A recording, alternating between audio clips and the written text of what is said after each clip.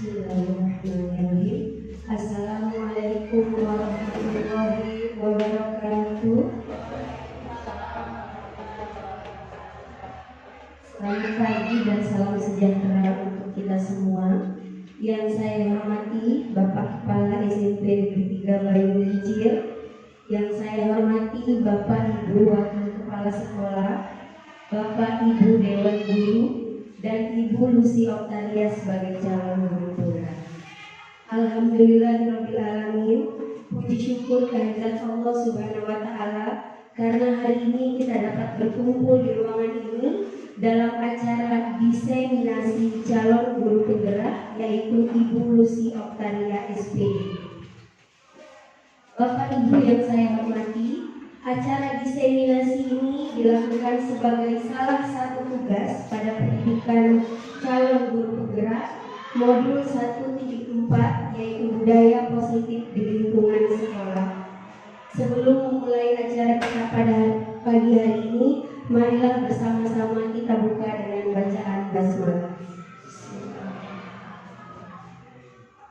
Baiklah, acara selanjutnya yaitu penyampaian materi dari calon guru penggerak Ibu Lucy Oktaria. Kepada Ibu Lucy saya persilahkan.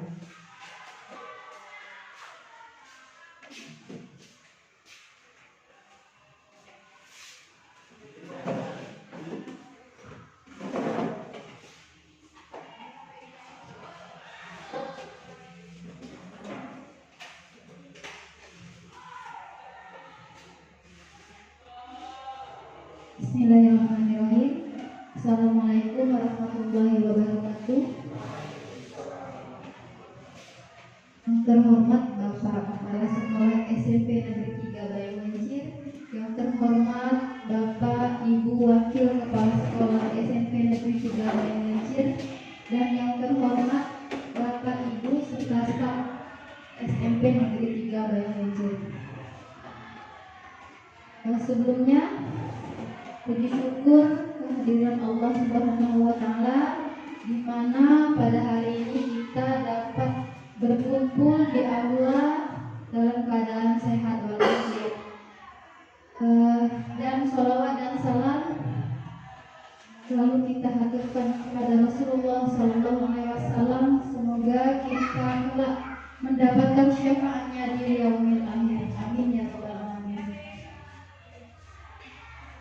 Baiklah Bapak Ibu, hari ini saya akan memaparkan tentang budaya positif yang sudah saya pelajari di modul 1.4 dalam pendidikan calon guru penggerak di angkatan 9.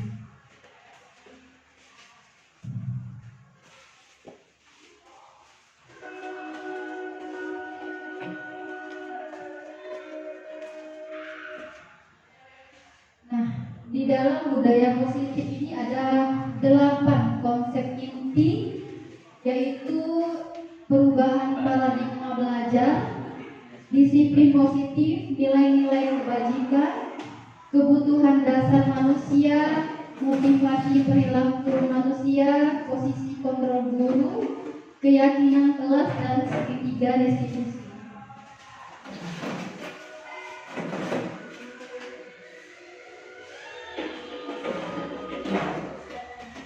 Yang pertama, dalam pembelajaran dengan paradigma baru. Nah, dalam pembelajaran dengan paradigma baru merupakan pembelajaran yang dirancang berdasarkan prinsip pembelajaran berdiferensiasi, sehingga para peserta didik belajar sesuai kebutuhannya berdasarkan tahap perkembangan sesuai teori psikologi modern untuk mewujudkan profil belajar Pancasila.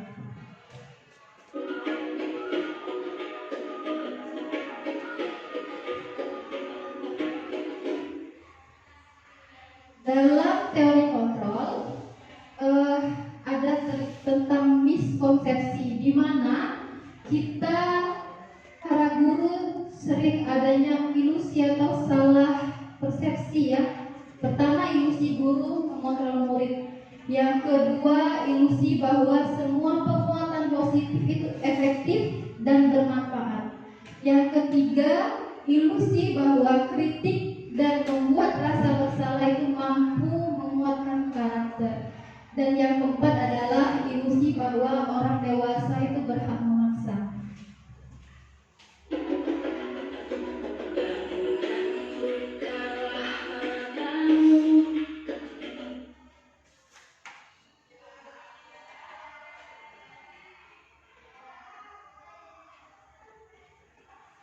Nah, di sini ada kita untuk mengubah paradigma stimulus respon dan ke pendekatan teori kontrol. Yang pertama, kalau stimulus respon, realita atau kebutuhan manusia itu sama. Padahal kalau kita di teori kontrol itu, realita atau kebutuhan kita itu berbeda. Dan yang kedua adalah semua orang melihat hal yang sama. Di teori kontrol kita diminta untuk setiap orang memiliki gambaran yang berbeda. Yang ketiga adalah kita mencoba mengubah agar orang berpandangan sama dengan kita. Padahal yang terbaik itu adalah kita itu berusaha untuk memahami pandangan orang lain tentang dunia. Dan selanjutnya, perilaku buruk dilihat sebagai suatu kesalahan. Padahal semua perilaku itu memiliki tujuan. Selanjutnya, orang lain bisa mengontrol saya. Di teori kontrol, hanya Anda yang bisa mengontrol diri Anda sendiri. Saya bisa mengontrol orang lain. Anda tidak bisa mengontrol orang lain. Yang selanjutnya adalah pemaksaan ada pada saat bujukan.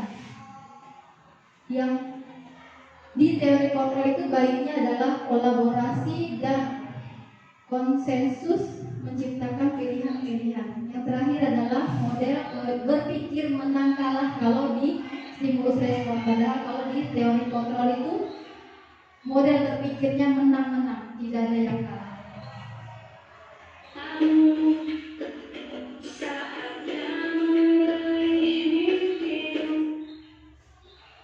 Kita lanjut ke disiplin positif. Di sini Bapak Ibu bisa membaca disiplin itu mengacu pada disiplin diri yang memiliki tanggung jawab terhadap apa yang dilakukannya berdasarkan nilai-nilai yang diyakini. Dan disiplin merupakan salah satu cara penerapan disiplin yang bertujuan untuk menumbuhkan kesadaran serta memberdayakan peserta didik tanpa imbalan penghargaan atau reward, ancaman atau hukuman. Sebagai pendidik, tujuan kita adalah menciptakan peserta didik yang memiliki disiplin diri, sehingga mereka berperilaku mengacu kepada nilai-nilai kebajikan universal dan memiliki motivasi intrinsik dalam perubahan perilaku ke arah yang lebih baik. Nah, di sini kita sebagai guru itu diminta untuk tidak memaksa murid untuk mengeluarkan motivasi ekstrinsik, tapi kita menuntun murid agar motivasi itu secara intrinsik timbul dengan dirinya sendiri, bukan kita yang memaksa.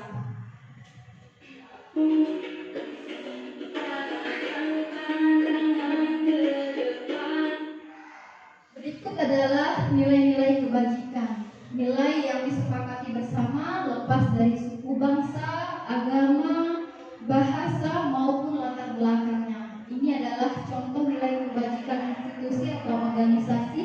Yang pertama, profil belajar Pancasila yang kita ketahui ada 6, yaitu beriman dan bertakwa kepada Tuhan Yang Maha Esa dan berakhlak mulia, berkebinekaan global, gotong royong, mandiri, kreatif, dan bernalar kritis. Yang kedua, contoh dari Ibu Primary Years Program atau PYP, yaitu toleransi, rasa hormat, integritas, mandiri, menghargai, antusias, empati, keingintahuan, kreativitas, kerjasama, percaya diri, dan komitmen.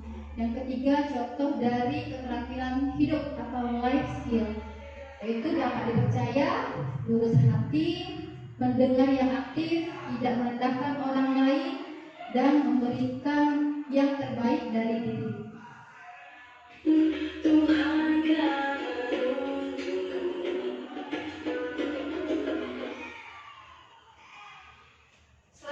ada kebutuhan dasar manusia. Kebutuhan dasar manusia adalah segala sesuatu yang kita lakukan untuk mendapatkan apa yang kita inginkan. Seluruh tindakan yang kita lakukan memiliki tujuan tertentu, dan semua usaha terbaik yang akan kita lakukan adalah dalam rangka agar kebutuhan dasar kita terpenuhi dengan baik.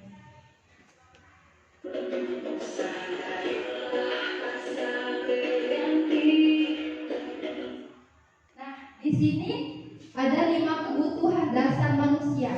Yang pertama adalah bertahan hidup, yang kedua rasa kasih sayang dan rasa diterima, yang ketiga penguasaan, yang keempat kebebasan, dan yang kelima adalah kesenangan. Kira-kira menurut Bapak Ibu, kalau untuk di sekolah kita ini sudah terpenuhi belum kebutuhan dasar manusia, terutama untuk peserta didik kita atau murid-murid kita?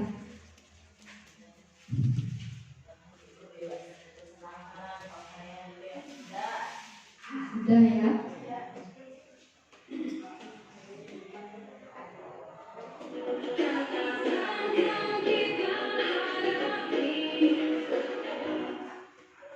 Nah, ini adalah motivasi perilaku manusia yang tadi sudah kita bahas. Ada motivasi ekstrinsik dan ada motivasi intrinsik. Di sini motivasi intrinsik itu muncul karena untuk menghindari ketidaknyamanan atau hukuman. Yang kedua, bisa juga untuk mendapatkan imbalan atau reward dari orang lain. Nah, contohnya misalnya kalau motivasi ekstrinsik, siswa itu disiplin atau misalnya memakai seragam atau atribut sekolah itu bukan karena dari dirinya yang mau mematuhi peraturan, tapi dia takut atau hukuman. Nanti disuruh lari keliling lapangan atau disuruh beli atribut baru, ya. Jadi bukan muncul dari dirinya sendiri. Nah, yang kita harapkan adalah motivasi intrinsik, di mana mereka itu menjadi orang yang mereka inginkan dan menghargai diri sendiri dengan nilai-nilai yang mereka percaya. Jadi kita itu harusnya menuntun agar siswa murid-murid kita timbul rasa motivasinya intrinsik, tidak kita paksakan.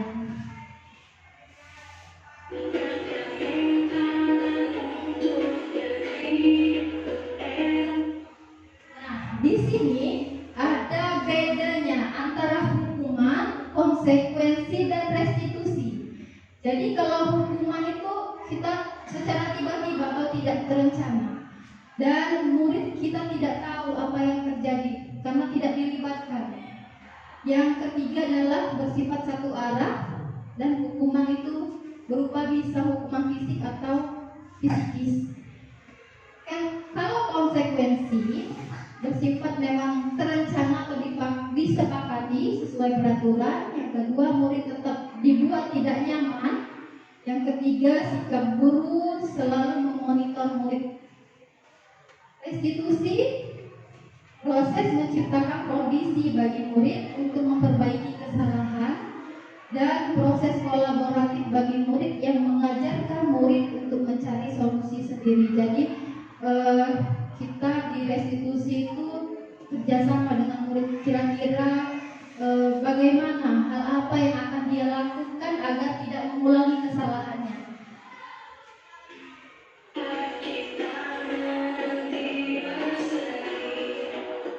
Nah, ini adalah 5 posisi guru, 5 posisi kontrol guru.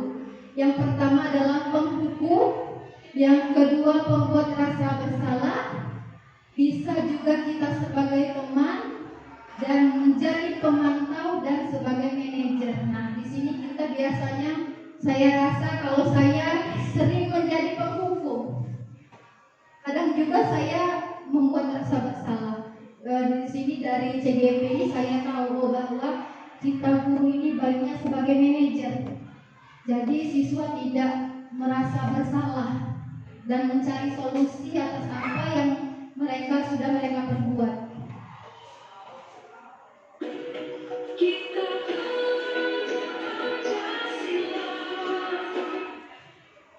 Contoh penerapan 5 posisi kontrol. Kasusnya siswa tidak memakai atribut lengkap saat upacara bendera. Nah, sebagai penghukum biasanya kita hormat bendera 1 jam atau keliling lari 5 keliling lapangan. Itu sebagai penghukum biasanya kita seperti itu. Sebagai kalau pembuat rasa bersalah, di sini kita biasanya menggunakan kalimat yang membuat siswa itu kecewa ya, atau kita Bapak Ibu harus memberitahu kamu selalu saja mengecewakan Bapak Ibu. Itu biasanya kalimat yang kita gunakan. Yang ketiga sebagai teman, biasanya kita ayolah bantu Bapak Ibu, ya kan? Atau sekali ini saja, ya, jangan berbuat lagi seperti ini ya, atau nanti lain kali jangan lagi ya seperti ini. Itu biasanya kita gunakan kalimatnya untuk sebagai teman.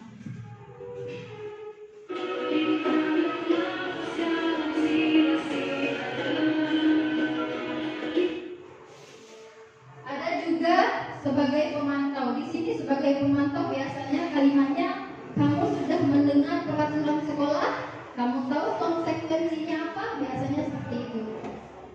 Terus setelah upacara kamu beli atributnya ke koperasi dan jangan ulangi lagi, biasanya pemantau. Atau kita juga sering di upacara bendera kita pisahkan anak-anak, ayo yang merasa tidak memakai atribut lengkap silakan buat barisan sendiri. Itu biasanya kita memantau. Itu berarti kita menjadi pemantau bagi murid-murid kita.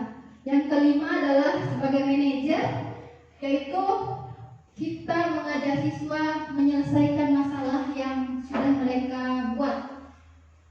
Biasanya kita menggunakan kata, apakah kamu tahu kesalahanmu?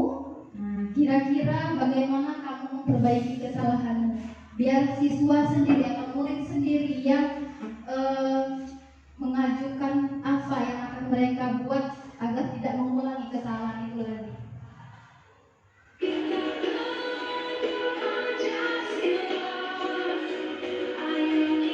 Nah, kira-kira nih Bapak Ibu, di posisi kontrol apakah aku? Kalau saya kecewa sekali dengan kamu, kira-kira posisi kontrol apa ini? Iya, betul sekali, pembuat rasa bersalah.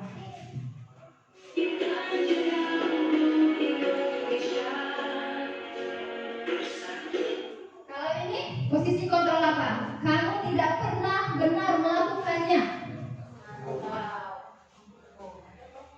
Apa? Pemantau atau penghukum? Memantau ya, karena kita melihat siswa murid itu tidak pernah selalu melakukan kesalahan yang berulang-ulang. Memantau.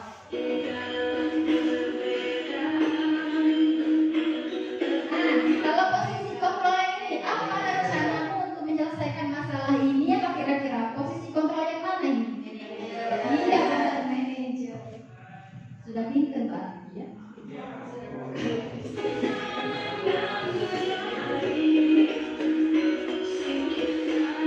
Nah, yang terakhir nih, posisi kontrol apa? Ayolah lakukan dari Pak ya. Iya Pak, ya sebagai teman Pak ya.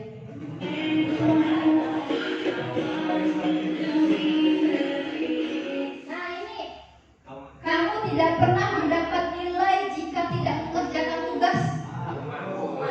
Iya benar, menghukum karena tiba-tiba tidak mendapatkan nilai, dan tidak akan memberikan nilai kalau tidak mengerjakan pekerjaan atau tugas.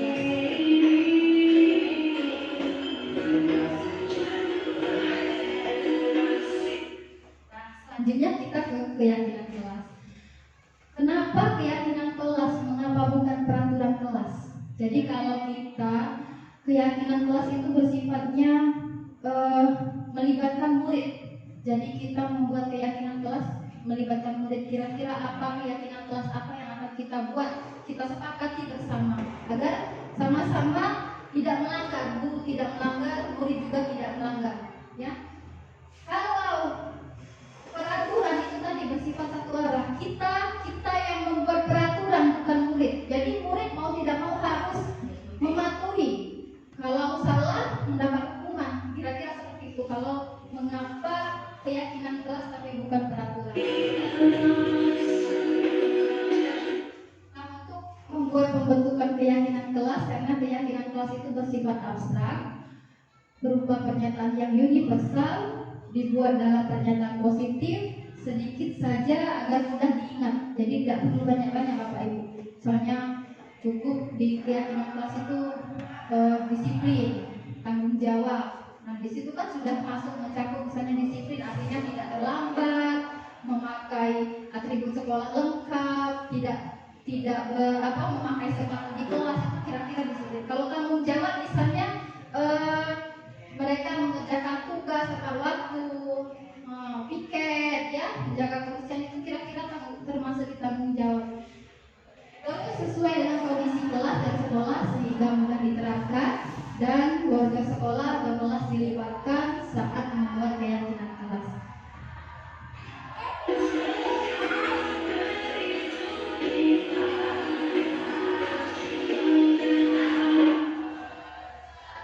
Sekarang kita tiba di segitiga restitusi. Segitiga restitusi ini suatu proses dialog yang dijalankan oleh guru agar dapat menghasilkan murid yang mandiri dan bertanggung jawab. Ada 3 langkah dalam segitiga restitusi Bapak Ibu. Yang pertama kita menstabilkan identitas, yang kedua validasi tindakan yang salah, dan yang ketiga adalah menanyakan keyakinan.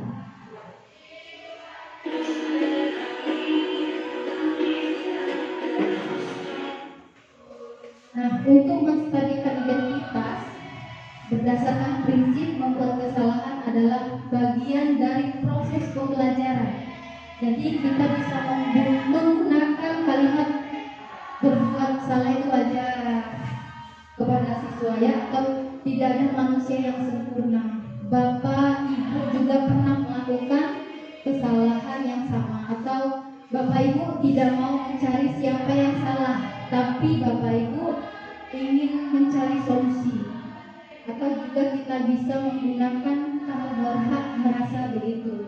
Itu kalimat-kalimat yang kira-kira kita untuk menstabilkan identitas.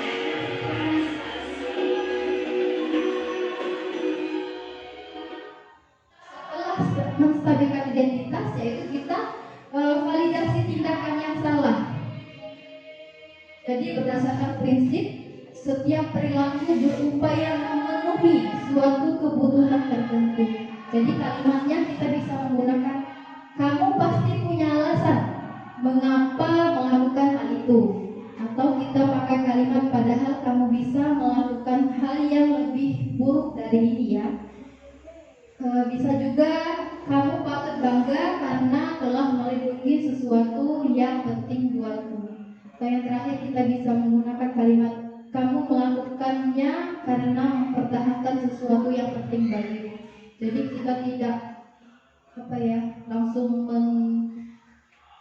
mengejat siswa itu bersalah, padahal mereka itu pasti punya alasan tersendiri mengapa mereka melakukan hal itu.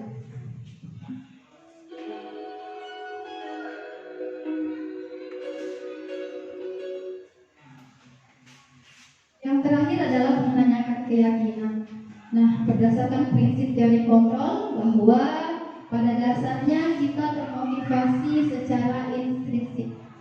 Jadi kita bisa menggunakan apa keyakinan kelas kita, nilai-nilai apa yang telah disepakati bersama, seperti apa gambaran sebuah kelas yang ideal menurutmu, dan kamu ingin menjadi orang yang seperti apa. Jadi kita menanyakan keyakinan, kira-kira anak-anak siswa murid kita itu melanggar apa yang sudah kesepakatan tugas atau keyakinan kelas yang sudah dibuat sebelumnya.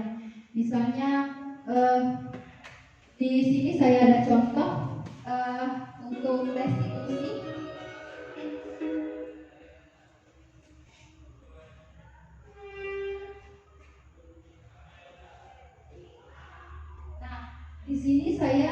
menstabilkan identitas karena siswa ini Zeldi keluar pada saat pergantian jam pelajaran. Padahal kan kita di sekolah ada aturan juga tidak boleh keluar saat jam pergantian jam pelajaran. Nah, Zeldi ini melakukan kesalahan, dia keluar pada saat jam pelajaran. Nah, di sini saya menstabilkan identitas. Saya mengatakan bahwa ya benar, saya juga pernah melakukan hal yang sama, ya.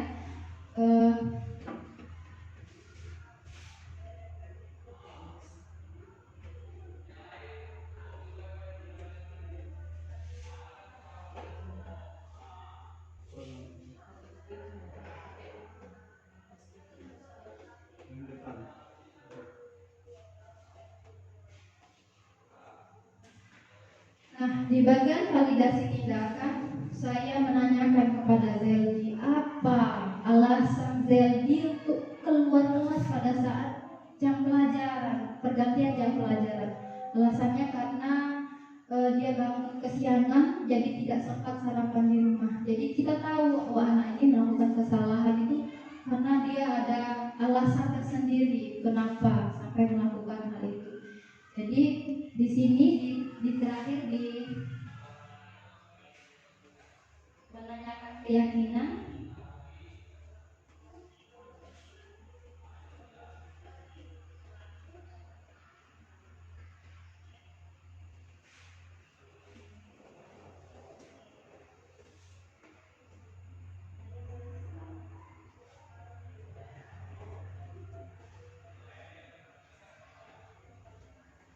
Nah, di sini di menanyakan keyakinan, saya menanyakan keyakinan kelas apa yang sudah Zeldi langgar. Dia bilang adalah tanggung jawab dan disiplin.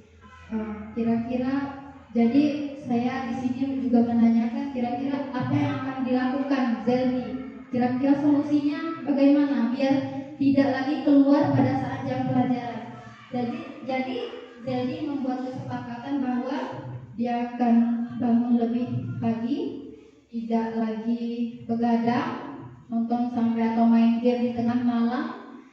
Jadi tidak akan bangun kesiangan. Jadi sehingga tidak membuat bangun kesiangan dan sempat sarapan dulu di rumah. Jadi pas jam pelajaran atau di sekolah tidak merasa kelaparan lagi saat pergantian jam pelajaran.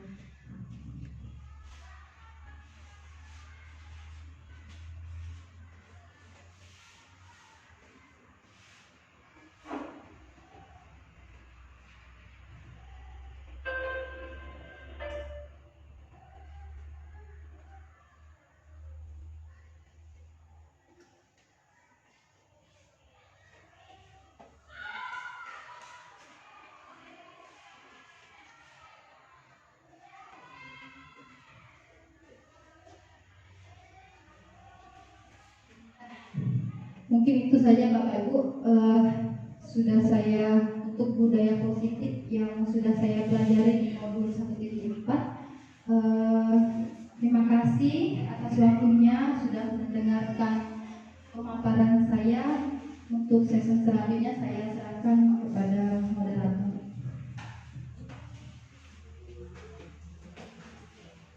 Terima kasih kepada Ibu Lucy Octavia atas penyampaian materi yang begitu menarik. Bapak Ibu yang saya hormati, masuk ke sesi selanjutnya, yaitu sesi tanya jawab. Dan mungkin ada sanggahan atau apa dari Bapak Ibu. Nanti saya akan kumpulkan untuk dua orang. Nanti saya kumpulkan dulu, baru nanti akan diberitahukan oleh Bu Lucy. Silakan kepada Bapak Ibu yang ingin bertanya atau memberikan tanggapan, mengangkat tangan dan menyebutkan identitasnya. Silakan. Ada Bapak Ibu? Ya, silakan Ibu.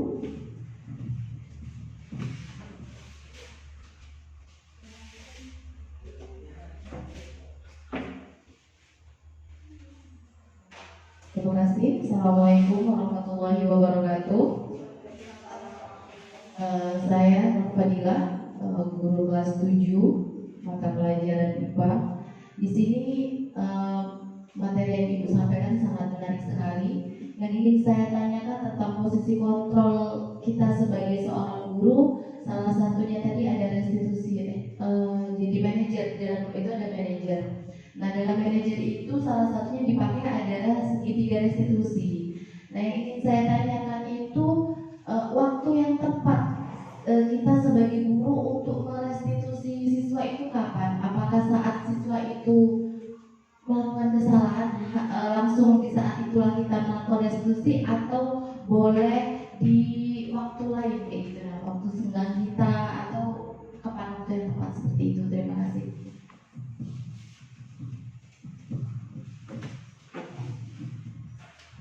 Oke, terima kasih Bu Nur Fadila. Mungkin ada lagi dari Bapak Ibu yang ingin memberikan tanggapan atau pertanyaan? Oh, yes. Terima kasih Ibu.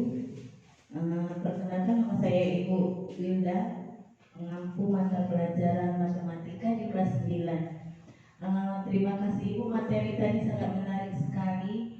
Tapi minta tolong dijelaskan lagi tentang perbedaan antara motivasi ekstrinsik dan motivasi intrinsik. Terima kasih. Ya, terima kasih Ibu Hirgilda.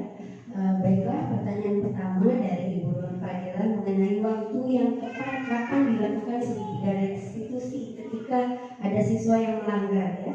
Silakan.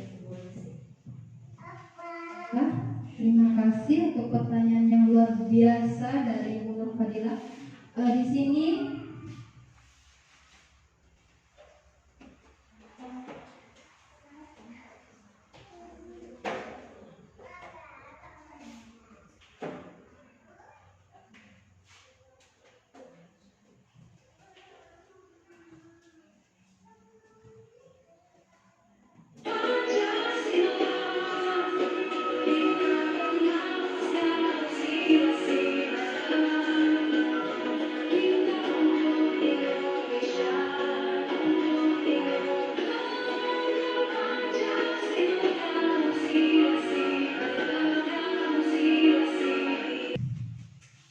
posisi kontrol guru kita di manajerial. Di sini kita bisa melakukan kapan saja. Misalnya siswa melakukan kesalahan pada saat itu, kita langsung restitusi bisa, tidak apa-apa. Biar masalahnya cepat selesai. Bisa kita tanyakan kepada siswa keyakinan apa yang sudah dilanggar, terus kira-kira apa solusi dari mereka agar tidak melakukan kesalahan. Bisa langsung, Bu. Terus bisa juga kita panggil secara individu, panggil ke kantor kira-kira apa, biar kalau mau ke kantor tuh biasanya lebih nyaman. Ya, kalau bisa juga secara langsung. Kalau di kantor kita bisa menanyakannya lebih detail, kira-kira alasan apa yang sehingga mereka melakukan kesalahan. Dan terima kasih Bu Nur Fadila, kira-kira bagaimana jawaban saya? Nah, untuk motivasi intrinsik dan intrinsik ya Bu Yunda. Jadi kalau motivasi ekstrinsik tadi, murid itu melakukan disiplin positifnya itu karena takut merasakan takut hukuman atau mau dapat imbalan. Jadi saya biar dapat imbalan nilainya dibesari, atau belajar lebih rajin biar dapat nilai yang besar. Kan kalau ranking misalnya dari orang tuanya dimotivasi untuk kalau ranking 1 dapat hadiah, dapat reward. Nah, kira-kira dia melakukannya seperti itu karena ada imbalannya atau takut akan hukumannya. Jadi tidak muncul dari dirinya sendiri, tapi ada dari orang lain.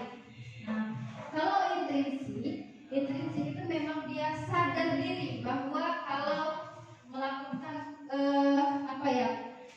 disiplin positif itu memang berdasarkan kemauannya sendiri, untuk mungkin bisa menimbulkan rasa tanggung jawab pada dirinya sendiri, biar lah kalau misalnya dia melakukan hal yang disiplin positif yang dari tidak dipaksa oleh orang lain tapi timbul dari dirinya sendiri, kira-kira seperti itu. Ada lagi Bapak Ibu, silakan yang mau menanggapi boleh memberi masukan dari pemaparan saya hari ini, silakan.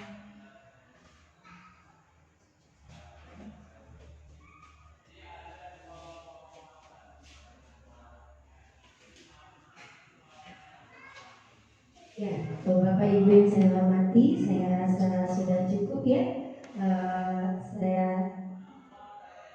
Masih ada Bapak Ibu yang ingin memberikan tanggapan dan pertanyaan?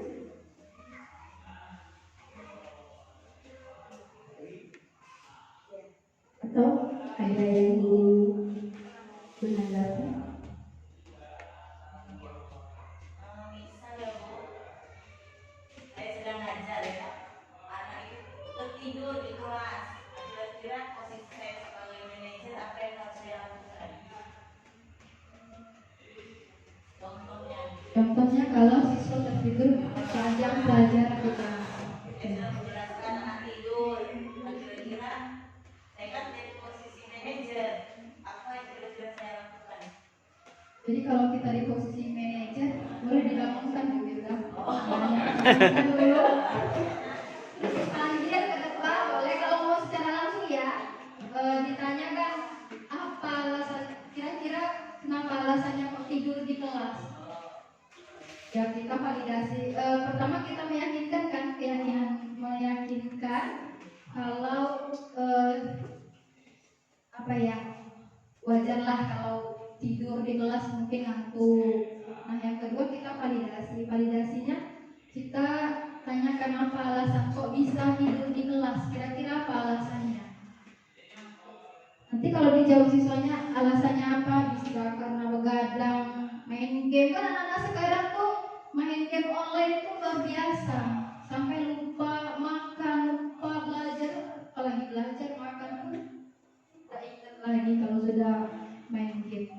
Nah terus kita untuk terakhir meyakinkan, menanyakan keyakinan, kita bisa minta solusi kira-kira apa yang akan dia lakukan agar tidak tertidur lagi di kelas, kira-kira seperti itu. Jadi kalau dia sudah, misalnya dia mengatakan saya akan tidur lebih awal tuh agar tidak kesiangan lagi, yang tidak mengantuk lagi di kelas. Jadi berarti kita sudah, berarti kamu harus tidur lebih awal kalau aku tidak mengulangi lagi kesalahan seperti itu. Kira-kira kalau kita di posisi manajer untuk kasus anak yang tidur di kelas pada saat jam pelajaran kita berlangsung. Ada lagi Bapak Ibu, silakan yang mau menanggapi. Coba tanya lagi ya Bu ya. Jadi kan di sini 5 posisi kontrol guru. Yang paling ditekankan itu kan kita sebagai guru harus ada di bagian manajer. Tapi tidak ada masalah kan jika kita itu sesekali menjadi penghukum, sesekali menjadi teman, karena kita tidak bisa menerapkan manajer ini ke semua siswa. Kadang itu kan siswa ada yang bisa diajak sebagai teman sudah baik, bisa ya memunculkan motivasi intrinsipnya. Tapi kadang harus hukum sebagai penghukum, boleh tidak seperti itu? Sebenarnya tidak boleh Bu, karena kita diminta sebagai guru itu harus bertindak sebagai manajer. Jadi memang sih dari sini kita tahu dari budaya positif ini, oh ternyata kita tidak boleh menghukum, tidak boleh membuat anak-anak itu merasa bersalah. Kalau kita membuat mereka merasa bersalah, artinya kita mengurangi kepercayaan diri mereka. Jadi dia tidak bisa merasa tidak diterima lagi oleh teman-temannya. Nah, kalau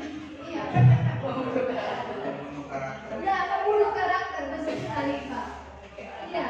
Jadi kalau kita di posisi manajer itu, kita diminta sebagai pendidik itu harus di posisi manajer.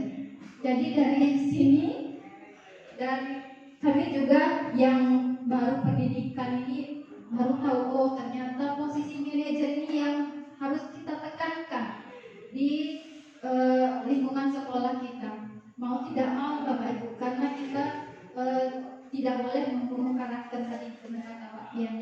Jadi siswa itu merasa tetap diterima walaupun dia melakukan kesalahan.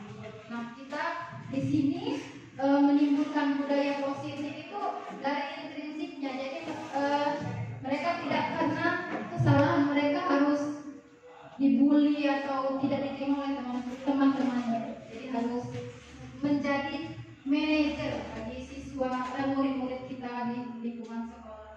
Memang sih sebenarnya sebelumnya juga kita pasti penghukum, pasti penghukum. Belum apa-apa nak buat kesalahan, usah dulu kan. Kan seperti itu kan kita kan. Atau udah buat PR, apa alasannya? Tidak terima alasan apapun, pokoknya harus buat PR. Tahu bu, buat PR-nya. Kalau dia buat PR, jam 100 kali. Iya kan dia sih. Nah, biasanya kita seperti itu. Asal iya benar sekali. Boleh, sini. Iya itu. Benar juga berarti bu. Iya termasuk itu. Kalau tanya seandainya setelah kita mendapatkan solusi pakai restitusi yang jelas kan kita tanya kira-kira apa yang akan kamu lakukan. Seandainya siswanya bilang kayak gini, aku mau itulah bersihin WC aja, berarti boleh ya kayak gitu. Ternyata siswa itu memberikannya sendiri. Ya, iya dia kan solusinya sendiri. Nah, kira-kira kamu apa solusi dari kamu? Gak apa-apa bu, saya bersihkan WC. Ya sudah, itu sudah kesepakatan dari siswa. Kita tidak menghukum, Pak. Boleh ya? Boleh. Ya itu bukan hukuman, tapi itu sanksi. Termasuk di konsekuensinya kan, kalau dia melakukan kesalahan, mengulangi kesalahan itu lagi, artinya itu sudah konsekuensi dia harus dia kerjakan. Dia sudah pilihannya sendiri, bukan kita yang harus bersihin WC. Tidak, bukan itu. Yang penting siswa atau murid yang menentukan pilihannya sendiri. Sanksi apa yang akan mereka kerjakan? Kira-kira seperti itu. Baru kemarin bu, saya mulai melakukan restitusi kan. Lalu saya tanya, terus apa yang mau kalian lakukan supaya tidak di jam pembelajaran warga kantin? Katanya, bu kami ini bu mau buang ngambil sampah aja, satu orang 20 sampah, katanya seperti itu. Tidak masuk ke dalam hukum berarti saya Tidak, ya. tapi itu ke konsekuensi kan sanksi pilihan mereka sendiri, bukan kita yang menentukan. Itu kan berarti sifatnya tidak satu arah kan bu, mereka sendiri yang menentukan. Saya maunya ini bu, pilihannya seperti itu, bukan kita yang satu arah yang harus kamu pungut sampah sebanyak 20 sampah minimal. Kan seperti itu kalau kita yang menghukum. Kalau itu kan mereka yang memilih sendiri.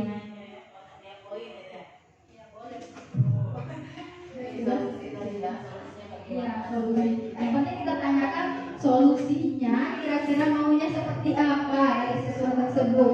Jangan kita yang harusnya kamu seperti ini. Nah, atau membuat rasa bersalah itu tadi kan kata Fabian, kita membunuh karakter murid kita sendiri kalau kita langsung mengejat salah, harus ini harus itu. Ada lagi Bapak Ibu, silakan.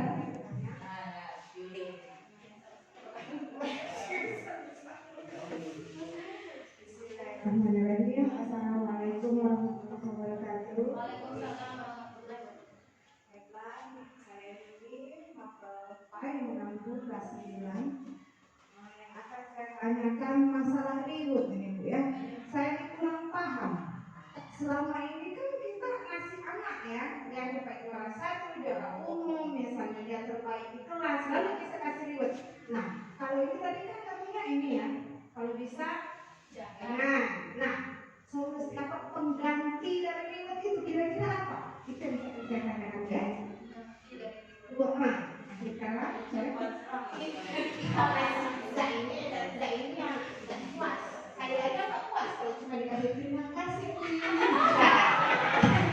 Dan saya ya, jujur ya pribadi ya. Jadi saya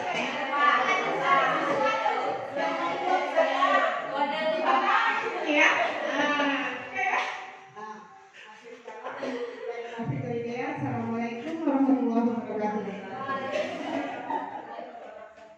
Ya, terima kasih Bu Yuli. Memang ya, untuk reward ini memang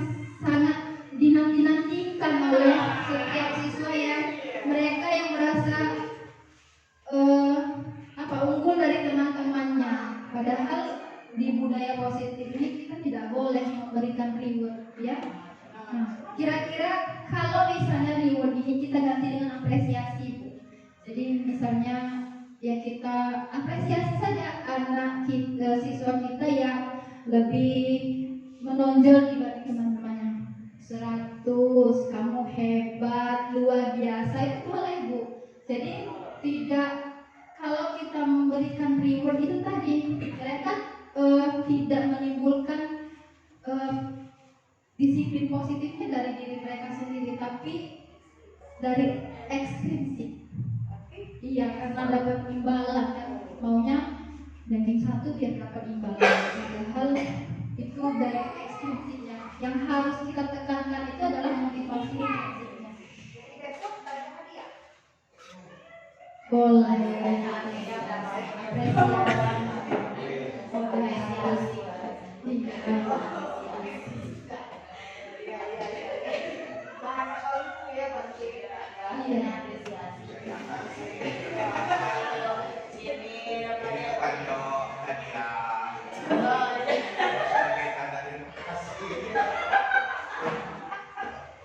Dan lagi boleh menanggapi, tidak hanya bertanya, tapi di bagian penanggapan juga boleh, kira-kira apa?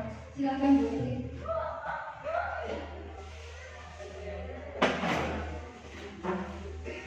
Iya, terima kasih Bu Desi. Bahasan yang begitu menarik tentang reward. Saya pribadi sebenarnya melaksanakan ini ya, pemberian reward kepada anak yang saya nilai pantas. Gitu ya, ternyata dari pelajaran ini ternyata kita tuh menghukum anak ya Bu ya dengan reward ya, motivasi mereka jadi salah, mendapatkan reward jadi melakukan yang terbaik, jadi agak sangat tercerahkan. Jadi memang untuk reward kita mungkin tidak akan melaksanakan lagi ya Bu ya. Tapi mungkin saya punya pemikiran begini Bu, selama ini kan kita berpikirnya reward itu yang booster, yang peringkat 1 yang berbuat baik. Kalau saya berpikir seperti ini dan saya mau sharingkan kepada Bapak Ibu, reward itu bisa nggak? Kalau suami saya suka bilang, Ma, kalau di dunia marketing itu yang jual 100 setiap bulan itu biasa. Tapi yang bulan ini jualan 1, besok bisa jual 2, besok jual 3, itu yang malah diapresiasi. Nah, saya berpikir seperti ini. Kalau kita mereward anak yang bagus saja itu sudah biasa. Sekarang kita mau lihat progres nih, anak yang kita lihat, oh kemarin dia tidak dengar-dengaran, hari ini bisa diam, itu yang kita kasih reward. Yang kemarin mungkin dapat nilainya cuma kecil, hari ini kok membaik, itu yang kita kasih reward. Jadi pola pikir kita itu reward itu tidak selalu untuk anak-anak yang memang sudah baik, tapi anak-anak yang ada progres pun itu yang kita hargai, karena kita melihat bukan hasil, tapi proses. Tapi sesekali yang baik ini dikasih reward tidak apa-apa ya, tapi sesekali, dan kalau bisa tidak usah, sesekali tidak apa-apa, supaya mereka tetap merasa bahwasanya mereka juga diperhitungkan ya. Dan memang kalau kita pengalaman saya, kalau kita cuma memberi, saya pernah mengajar di SD, waktu itu ada seorang anak yang dalam kelas itu peringkatnya hanya peringkat 5. Waktu bapaknya bilang, kalau kamu peringkat 1, papa ajak kamu luar negeri, dia gitu. Terus anaknya saya, Miss, mungkin gak aku mengalahkan Keke, dia bilang. Keke ini peringkat 1, pintar, atlet, dia nggak sekolah sebulan pun karena ikut atlet dia masih peringkat 1. Jadi anak ini akhirnya dismotivation, sudah aku nggak mungkin dapat peringkat 1 kan. Jadi reward yang ditawarkan justru itu dia peringkat 4 pun dia sudah tidak pengen lagi peringkat 1, apalagi karena memang dia merasa dikejar kayak manapun, aku tidak sanggup di posisi itu, aku tidak akan dapat reward itu mau justru buat mereka mundur. Nah, di sini saya mau sharing bagaimana Bapak Ibu kira-kira setuju kalau kita kasih reward ini enggak yang baik-baik saja ya. Anak yang progres pun kita kasih reward ya, bisa tepukan di bahunya. Kalau saya kemarin sudah coba di kelas 92, ada anak namanya Karel, jarang masuk jam saya juga gak cari kadang kalau dia ada ya. Tapi hari itu Karel begitu baik, saya bilang hari ini Karel luar biasa, saya kasih jempol 2 gitu. Dia terpesona matanya terbelalak, dia lompat-lompat. Saya pikir ini sisi lain yang saya lihat dari murid saya. Ternyata memang dia butuh, dia cuma jempol saya kasih ya, hari ini karya luar biasa saya bilang. Besok dia datang, saya nggak cari, dia duduk manis. Ya, saya pikir mungkin itu bisa jadi alternatif kita Bapak Ibu untuk mensiasati reward yang kita berikan ya untuk progres. Ya, itu mungkin Bapak Ibu yang bisa saya sharingkan. Terima kasih Polusi, hari ini luar biasa sekali.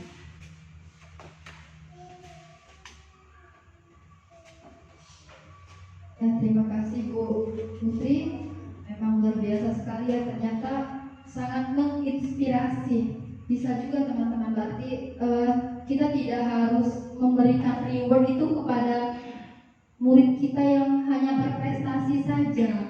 Memang murid yang bermasalah pun harus kita kasih reward sebenarnya ya, agar mereka merasakan kalau oh, aku ini diakui, dihargai juga di sini. Tidak hanya dihukum terus kan melakukan kesalahan.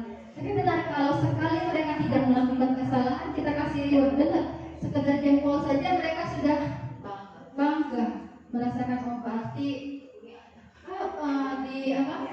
dianggap, artinya kan tidak selalu salah, dianggap salah, selalu digunjing, selalu diapa kan. Pastilah kalau merasa bersalah ya tidak percaya diri kan. Jadi kalau kita memberikan reward kepada anak yang memang ada sedikit masalah, artinya kita membangun kepercayaan diri mereka lagi. Terima kasih Putri, sharingnya luar biasa. Jadi kita tercerah lagi sama Putri. Ternyata bisa juga ya kita memberikan reward untuk siswa yang bermasalah juga. Sekali lagi teman-teman, silakan yang mau memberi tanggapan.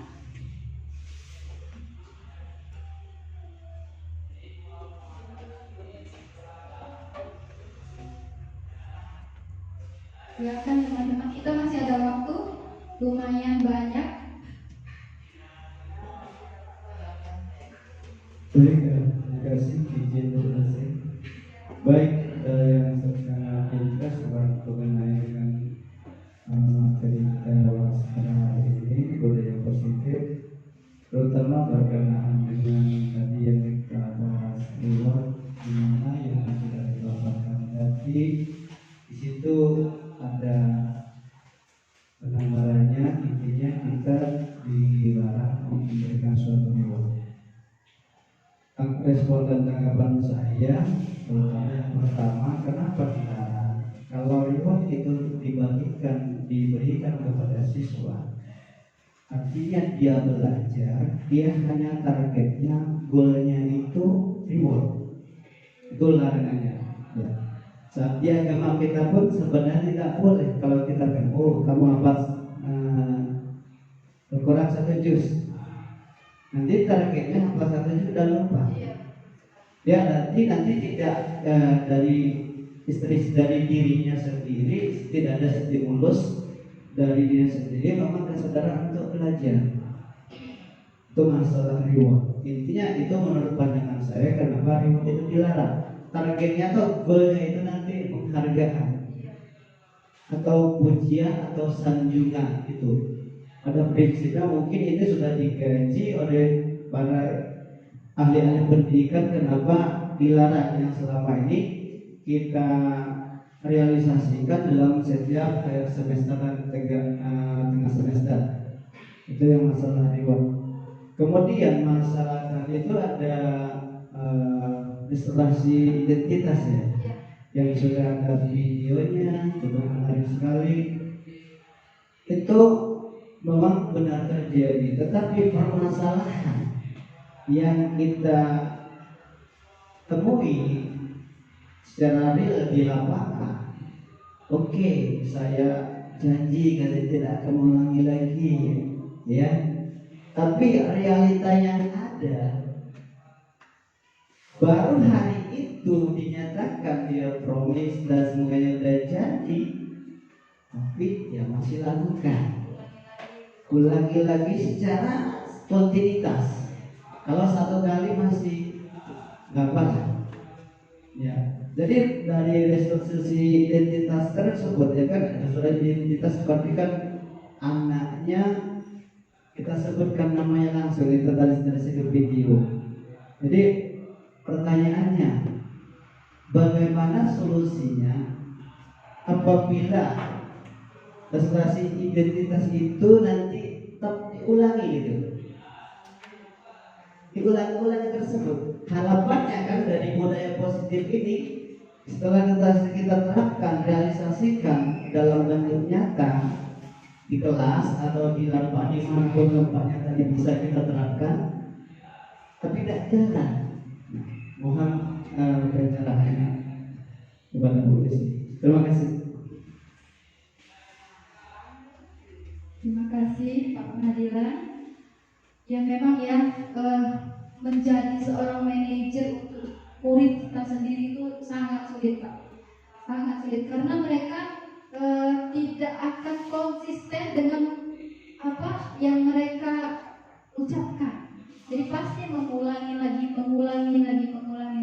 Nah itulah biasanya kan kita kalau di guru mata pelajarannya dulu dari atau ke guru piketnya, baru ke wali kelas, ke wali wakil kesiswaan. Nah kalau memang sudah tidak bisa kita restitusi kita sebagai guru, apalagi wakil kesiswaan, kita kembalikan ke kepala sekolah karena beliau yang lebih berhak mau diapakan anak ini kira-kira. Ya, kita sudah restitusi berulang kali tapi tidak berhasil. Kira-kira yang terbaik itu sudah keputusan kepala sekolah mau diapakan. Karena kita sudah restitusi berulang-ulang, mereka masih melanggar lagi. Tapi paling tidak kita sudah mencoba untuk merestitusi siswa murid kita tersebut. Kalau tidak bisa ya apa boleh buat kita kembalikan ke kepala sekolah yang lebih berwenang di sekolah kita. Kira-kira itu saja. Ada lagi? Berarti dari restitusi identitas itu bukan hanya gurunya ya, tapi keterlibatan dari saudara berarti di lingkungan sekolah ya. Iya. Jadi kita semua warga sekolah di lingkungan sekolah ini wajib melakukan restitusi itu, apalagi kita guru, tidak langsung menghukum, tidak langsung memberikan melakukan kesalahan. Kalau anak itu mengejat langsung salah kan tidak boleh. Artinya kita restitusi berulang-ulang itulah. Jadi dari sama seperti halnya sebelumnya yang kita lakukan ke wali kelas, ke guru piket, ke wakil kesiswaan, baru terakhir kita ke kepala sekolah. Kira-kira kalau tidak bisa lagi kita beri solusi anak ini, ya sudah kita kembalikan ke yang lebih berwenang. Mau gimana keputusannya untuk anak?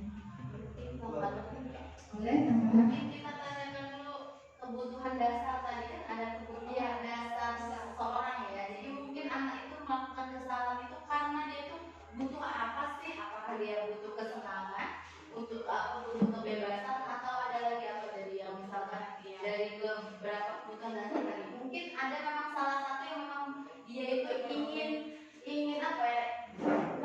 Dia inginkan seperti yang di 747 itu bangga itu. Sepertinya dia itu memang membutuhkan kebebasan. Jadi bagaimana cara kita sebagai pendidik supaya kebutuhan dasar dia, kebebasan ini terpenuhi seperti itu, sehingga dia tidak bisa melakukan disiplin di sekolah. Juga itu Bu Fadil. Tapi bukan ya? Ya Pak. Apakah tidak menimbulkan suatu problem lagi? Itu kan jadi sampel bagi siswa lain, ya kan? Permasalahan lagi kan? Dicontoh sama dia kan? Karena dia anak-anak ini suka meniru atau mengimitasi perilaku teman-teman. Problem lagi kan? Jadi ini Pak, maksudnya misalkan dia kebutuhan dasarnya ingin bebas, kebebasan maksud saya itu sebagai guru bagaimana kebebasan ini kita arahkan ke hal yang positif kayak gitu. Nah, misalkan dalam pembelajaran kalau kawannya itu belajarnya dengan berkelompok, mungkin dia bebasnya pengennya seperti apa? Kita tanyakan, kamu pengennya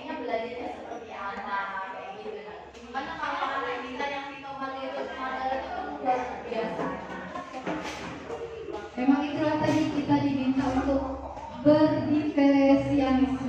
Jadi balik lagi ke berdiferensiasi tadi sesuai dengan kebutuhan murid kita. Jadi kita di sini benar di modul sebelumnya kami mempelajari tentang Jajar Dewantara itu meminta kita menuntun murid itu sesuai dengan kodrat alamnya dan kodrat zamannya. Jadi kalau kita kembalikan kodrat alamnya, kita lihat dulu kebutuhan murid kita ini apa kira-kira.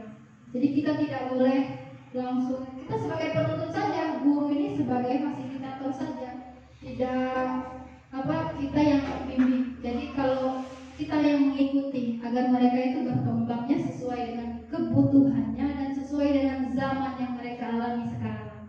Kira-kira seperti itu. Kita kira-kira merdeka belajar dan mereka merdeka mengajar.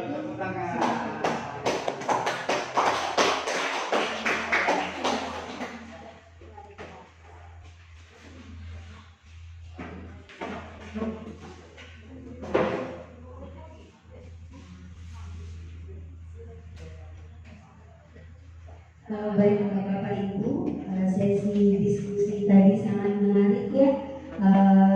Tapi karena waktu, jadi harus kita stop dulu. Nanti mungkin di luar ini bisa kita lanjutkan lagi ya.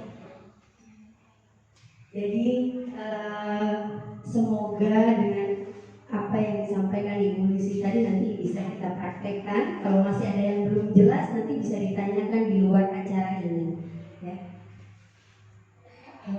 Baiklah Bapak Ibu yang saya hormati, alhamdulillah rangkaian acara diseminasi pada hari ini sudah terlaksana dengan sangat baik, dengan sangat atraktif dan sangat menarik disampaikan oleh calon guru penggerak kita Ibu Lucy Oktaria. Semoga pengalaman yang sudah kita dapatkan yang sangat berharga dan praktik baik ini dapat kita lakukan nanti, dapat kita gerakkan di sekolah kita ini dengan baik juga. Saya sebagai moderator pamit undur diri. Acara ini kita tutup dengan bacaan hamdalah. Baiklah, saya akhiri. Wabillahi taufiq wal hidayah. Wassalamualaikum warahmatullahi wabarakatuh.